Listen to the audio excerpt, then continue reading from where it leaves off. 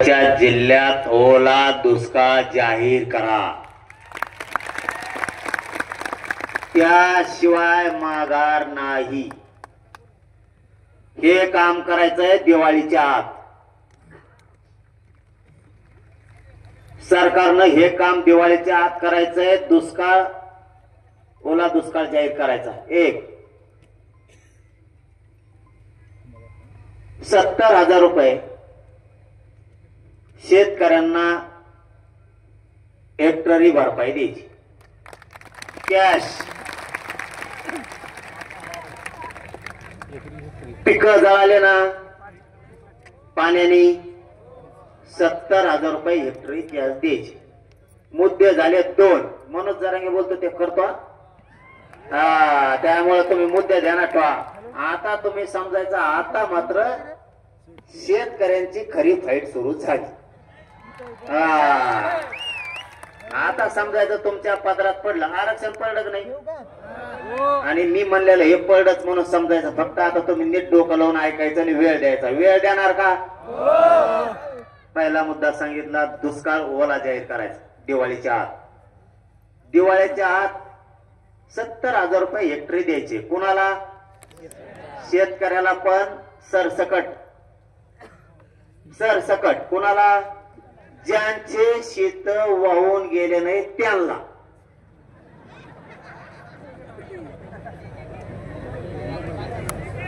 शेत वाहून गेले नाही त्यांना म्हणजे त्यांच्या शेतात पाणी साचलं, पीक जळून गेलं, म्हणजे त्याचं 70,000 रुपये हेक्टरी नुकसान झालं. आता राहिला दुसरा, ज्याच्या नदीच्या शेजारचे वावर वाहून गेले आणि पीक वाहून गेलं, त्यांना 1,30,000 रुपये भरपाई द्यायची.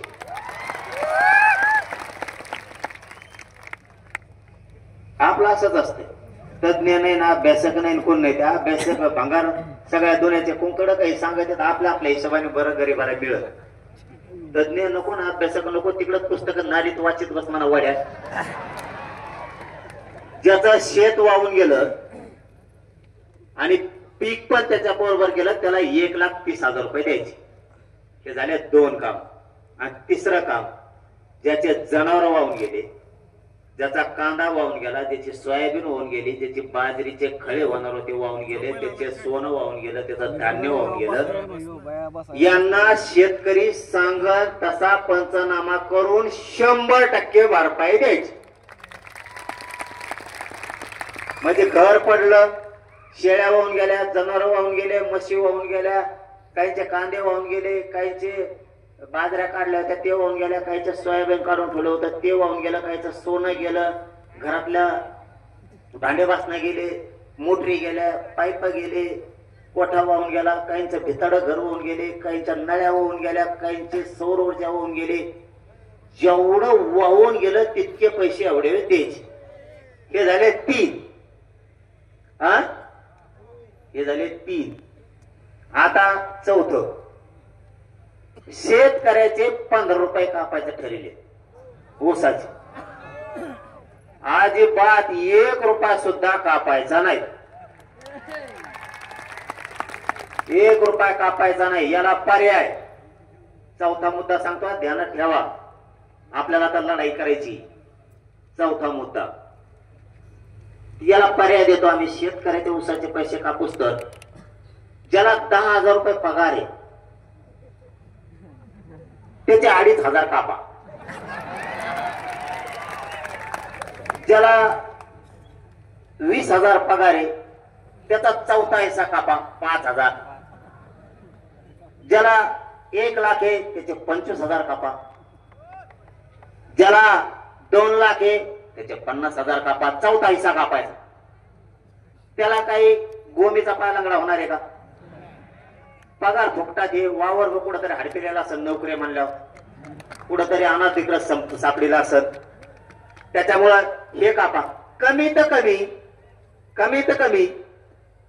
कमी 4-5 लाख अधिकारी असतील नोकऱ्यावाले सगळे.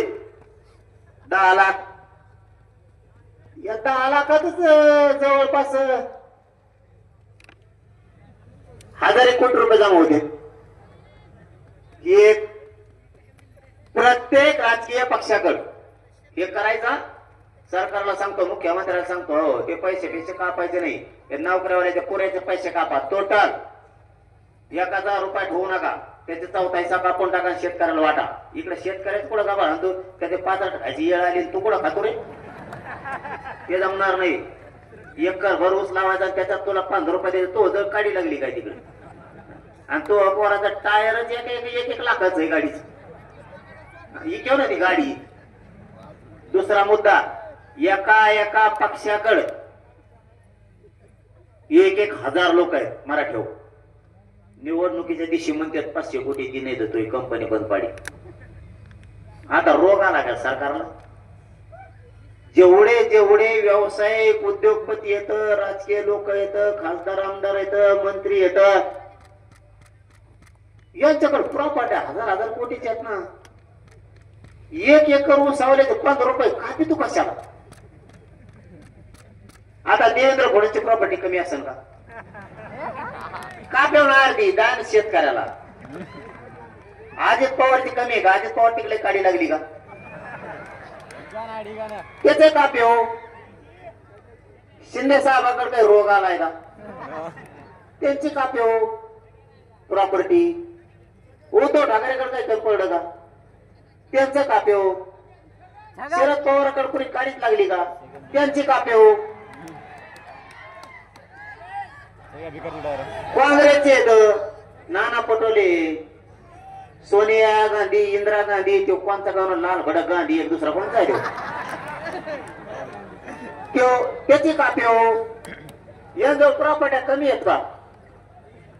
हा ते आंबाडी, त्याचं तेल मीठ बंद करा ना. सगळं त्याचे पंप येत. त्याला म्हणा एक दिवस तो आहे रिलायन्स पंपाचा व्यवसाय येतो, एका दिवसाचा एका पंपावर 3 शेतकऱ्याला. ऊस कुठं कापतो तिकडं? आमचा फेसकोट पडे पाणी घालू उसाला ना, आमचं कुठं कापतो तू गाच पाण्याला? तिकडे लय मोठं होता ना. त्या राज ठाकरेकडे काही कमी आहे का? त्याच्या सगळ्या ट्रॅव्हल चालायचं कापे त्याच्या. नारायण राणेकडे काही कमी पडलं त्याला ती ऊसाची 5 त्याच्या बोलली. मग विकेंडकडे येत, मोहिते घराणे येत, निंबाळकर घराणे, चव्हाण घराणे, देशमुख घराणे येत. त्या सगळ्या 2-4 पोते भरून द्या पैशाची. त्याची काडी लागली असती कुठं त्याच जवळ नसन तर. इकडे निजामी गॅजेट म्हणणारे यांच्याकडे काही असले तर बघा. बोलायला तर लय उतू येतं तोडता वाच. इकडे ती म्हणा थोडे. आणखीन कोण कोण असले तर ते वगळंटी वार एक तो काँग्रेसचा, त्याच्याकडे काही असले तर बघा. तो 56 पुळे, त्याच्याकडे काही पैसे असते, तरी ते कुठेची कंपनी तर बंद पाडली. 200 कोटी दिले नाही म्हणून त्याला निवडणुकीला. असे करा ना गोळा. अंबानी कोण करा, टाटा कोण करा, तो आणखीन कोण कोण तो नाही ते टकोर कोण आहे ते शिंदे साहेबाचे आमदार पळून घेऊन गेले ते टकोर.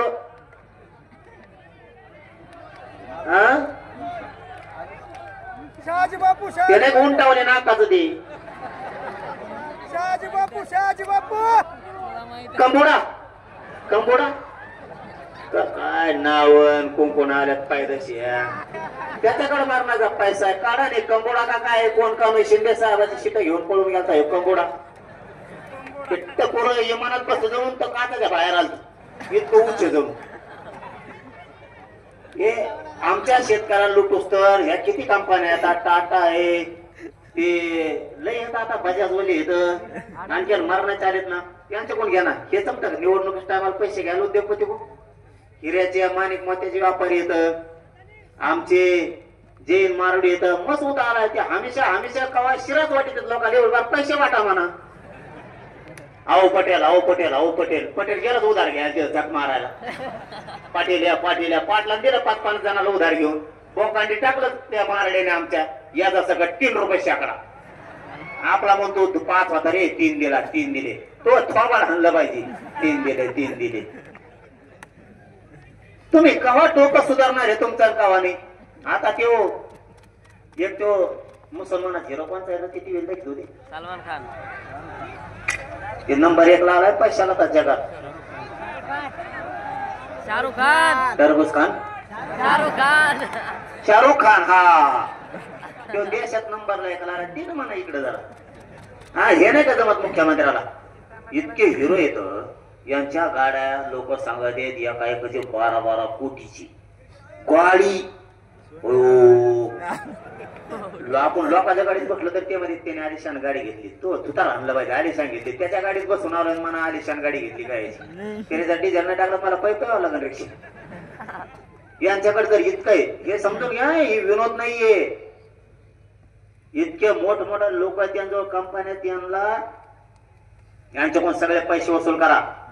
1000 लोक सगळ्या पक्षाकडे 1000 लोक 1-1 कोटी घेतले तर 1000 कोटी रुपये जमा होते एका दिवसात. मुख्यमंत्र्याला जमत नाही करायला शेतकऱ्याला द्यायला. हे झाला मुद्दा क्लिअर. एक सांगितलं ओला दुष्काळ पगार काय देते ते एका दिवसात आपलंच आपल्याला द्यायला लागले.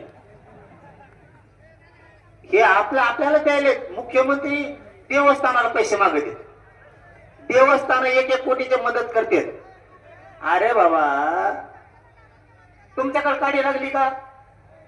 तुम्हाला दुसरीकडे द्यायला आहेत का? उद्योगपतीचे कर्ज माफ करायला ते म्हणल्या का खाल्ल्या कोण पळून गेला पैसे घेऊन ते जमत का? मग अशा गोष्टी करताना विचार करा. आपला पहिला मुद्दा घ्या. मुद्द्यावर येऊ. हे बस रे मुद्द्यावर येऊ. दोघा बिलाडील का देवेंद्र फडणवीस तमुटा खाली तोंडातली. इतक्या लोकात तमो खाल्ले होतो का चाबरा जाऊन रे. बर पिसून तरी द्यायचं नाही. कपारा ठेवायची. हे पटांना ठेवली. मुंबईत असंच गाडी केलं मला. कोण कपड मला बाबा पाय निमय झालो. ते रोडला बॅरिकेड लावायचं पळत म्हणून अवघड पट्टे ते.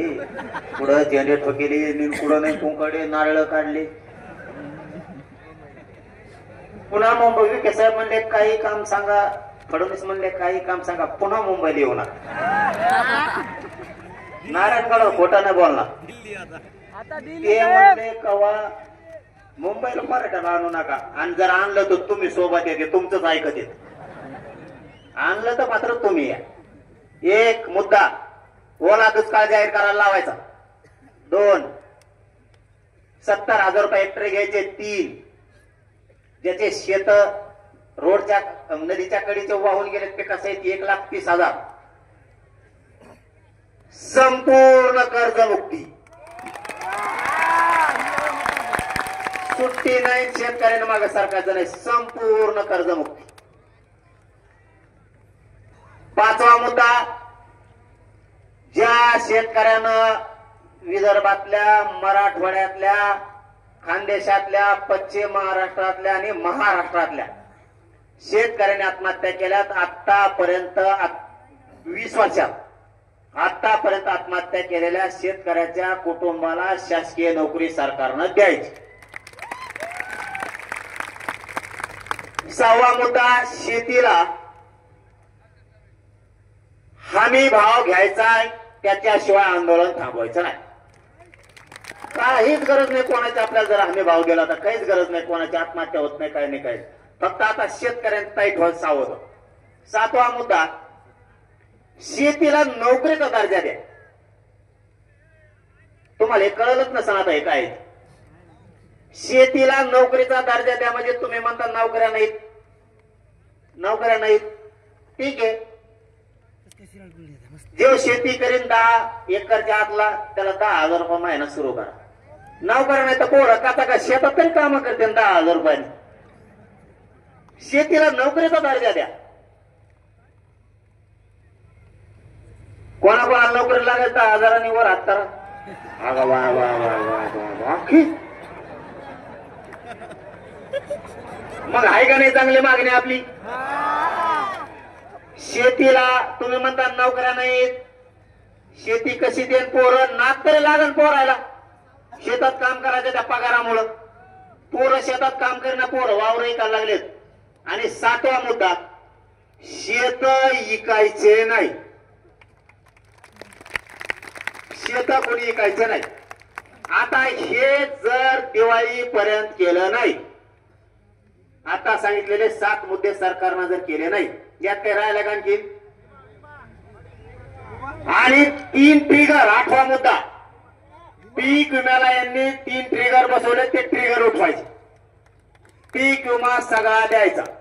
हे जर दिवाळीपर्यंत केलं नाही तर आपण एक काम करू, महाराष्ट्रातले सगळे शेतकरी एक तर धाराशिव जिल्हा किंवा बीड जिल्ह्याच्या बाउंड्रीवरती बैठकीला बोलू, किंवा जालना जिल्हा, संभाजीनगर, जळगाव, बुलढाण्याच्या मधी बाउंड्रीवर जर कुठं जागा असेल तर तिथं महाराष्ट्रातले सगळे बैठकीला बोलू, किंवा मग अहिल्यानगर, सोलापूर किंवा बीड जिल्ह्याच्या बाउंड्रीवरती एखादं गाव शोधून तिथं बैठकीला शेतकरी बोलू आणि किती तारखेला आंदोलन सुरू करायचं हे सांग.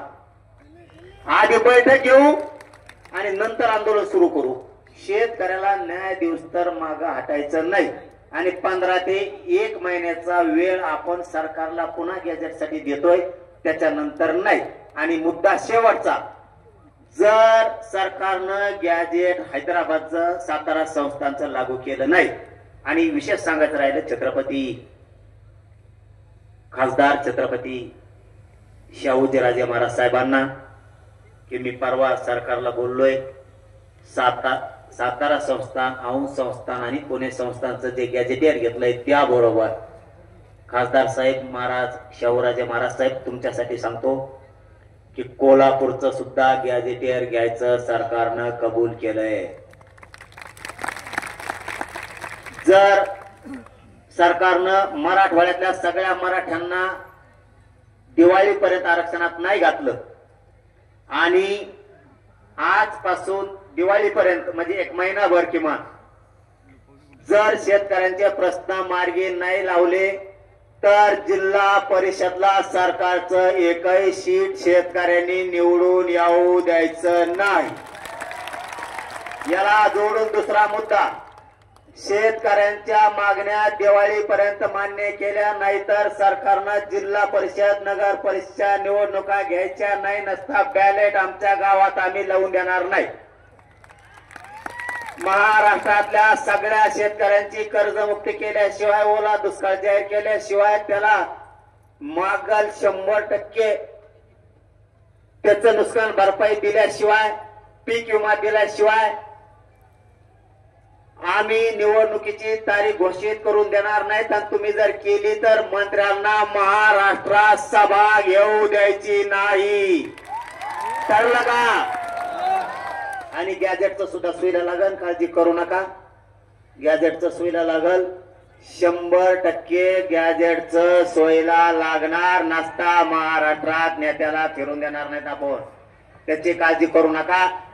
फक्त सगळ्यांनी अर्ज करा आणि दिल्लीला पण जायचंय, काळजी करू नका. दिल्लीला येणार का तुम्ही सगळे? मग सांगतो तारीख दम्मान तुम्हाला, थांबा थोडं. आधी या 2 गॅजेटच्या अंमलबजावणी होऊ द्या, सातारा संस्थान आहे पश्चिम महाराष्ट्राच्या. आणि सगळ्यांना विजयादशमीच्या खूप खूप शुभेच्छा देतो.